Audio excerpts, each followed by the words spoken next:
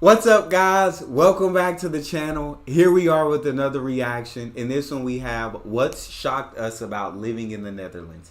Dutch culture shock for American expats. So excited to dive right into this.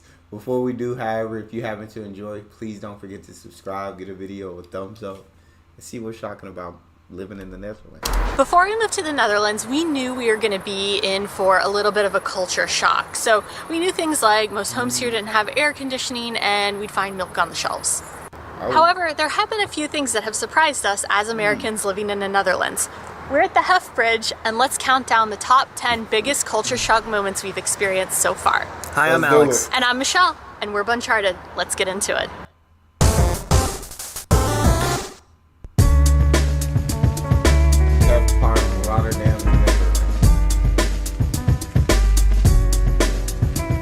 Those chickens? Okay. Number 10. Here's one thing that I kind of knew, but was still really surprising. Taxes included in all the prices. Like, the price of the item is actually the price you pay. Love that. And that's not at all how it works in the United States. So taxes apply to the purchase price, and it's a percentage of the total depending on the state that you live in. So it's anywhere between like 7 and 10%.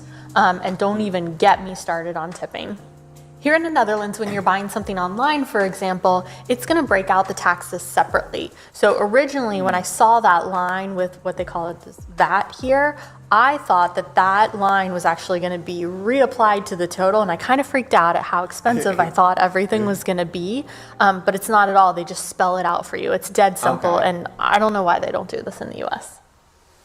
Number 9. Yeah, it bothers me the fact that tax is not included in the price tag. I want to know exactly what I'm paying. I don't want to be up at the register and having to guess what I'm gonna be tagged, what the final bill is gonna be. Just tell me what I'm paying, exactly how much I'm paying. Just put it in. Here's another one that we kind of knew before, but it was still really difficult to adjust to. Eggs aren't refrigerated here. Yeah. It's really weird to see them in the grocery store on the shelf next to the cake mix. And it's really hard not to put them in the fridge after you're done using them. Yeah. It definitely feels like you're doing something wrong. The shelf life's only about 2 weeks here, and whereas in the US, it's typically a month or more. But when you shop for eggs in the grocery store, it's way more common to see them in 6-packs rather than by the dozen. I feel that. Number 8. Which, yeah, I've seen the video. Both countries, the EU and America, just have different health things on their eggs. They have different processes, and they both don't agree with the other countries or other. Well, America's a country, but the EU's a union of countries. So they both, FDA and the EU Health Administration, are not in agreement with the other's process. I'll say that. This is something that took us a while to notice. Curse words on TV. We don't normally have cable TV, and the temporary apartment that we were staying at when we got here, we did. So we fell into the habit of watching a lot of TV shows that we used to watch back when we had cable TV in the US, namely Catfish. But does she have her location on Snapchat? Oh, Ohio! But nothing was bleeped. And it took us a while to notice because when nothing's bleeped, it actually sounds super normal. I'd actually argue that adding the beep draws more attention to the fact that the person is cursing. And honestly, the lack of bleeping made a lot of these conversations sound more authentic since it's how the person's normally speaking. Yes. They said Number 7. I swear to God, they're right about that. Cursing on TV, yeah. Now, if you get go through an app, you don't have to. You get the curse words, but yeah, cable TV, they're just not cursing, and yeah, the bleeps are always gonna come, or they're just gonna silence it out. However, it's gonna be censored. I don't think I've had to pay with my physical debit or credit card anywhere since moving here. Anywhere? Every place uses Apple Pay, and it actually works, like every single time, unlike in the United States. I've actually stopped carrying my wallet completely. And one of the things we heard a lot about before coming here was that a lot of places don't accept credit cards at all, they just take cash. We haven't really run into that yet. We have run into situations where places only take debit cards, and they don't accept credit cards. Credit cards here do seem to be fairly rare. Not just for small purchases, but even for larger purchases. But at least we found most places accept them anyway. Yeah. Yeah. Number I 6. feel like Apple Pay, it's becoming more and more common here in the U.S., but still I feel like you gotta have your card a lot of the times, like in gas stations and stuff that you stop at. So that's really dope that they haven't ran it. Like, you can stop carrying your wallet around is absolute amazingness. My next one is generally just like the grocery store shopping experience here. I was so surprised to see the sheer amount of shapes and sizes of pre-cut refrigerated potatoes. Oh. And now we're ready for a mini Dutch lesson.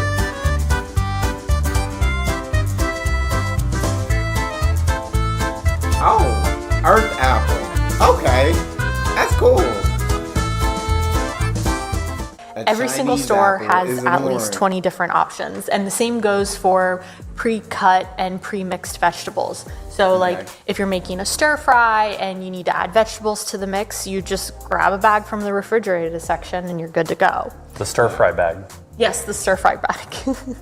Another thing that was a really good surprise here was the sheer amount of vegetarian and vegan like meat replacement options, and the fact that most of them are store brand.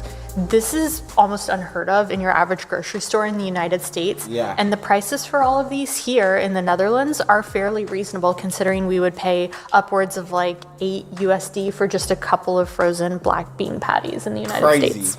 Crazy. All right, they're I'm back not for them. lying about that. The vegetarian prices are just absolutely insane. Or for the like meat alternatives are just craziness. But dang, the apple lesson was cool. Shout out to the Dutch. It got a Chinese apple, an earth apple, an apple, all kinds of apples. Number 5. Dutch culture is very appointment driven, meaning almost everything requires an appointment, which was honestly great in the beginning of our process of getting our residence permits. When we needed to register in a municipality, it was nice to know that we could schedule an appointment, show up, and not have to wait hours on end to be seen, Love which is that. generally Love how that. everything government related works in the United States. However, this that. became less of a pro and more of a con when we needed to simply pick up our residence cards, which we literally have to make an appointment to do. And it's just to pick up what is essentially a couple pieces of paper. It's kind of crazy to us because appointments are hard to get and we're waiting weeks just to pick up a document. But overall, appointment culture does make things more organized. Yeah. But it can also hinder progress, especially for little things. I think the pros outweigh the cons when it comes to appointment culture. I would take appointment culture over walk-in because, like, if I'm going to take the time to set an appointment, I expect to be seen at the time that I chose for my appointment. Like, if I made an appointment and you still don't see me for an hour or two, what was the point of me setting an appointment time? There's no reason. Then just make it walk-ins. Don't do appointments. But if you're going to do an appointment time, then you should be ready. You and I should be ready at the time that appointment was set. Number 4. Okay, this one's specifically about the working habits here in the Netherlands. When we started our move, we were working with several people here, and after 5 p.m. local time, nothing. The Dutch just don't really work after 5. I rock with that.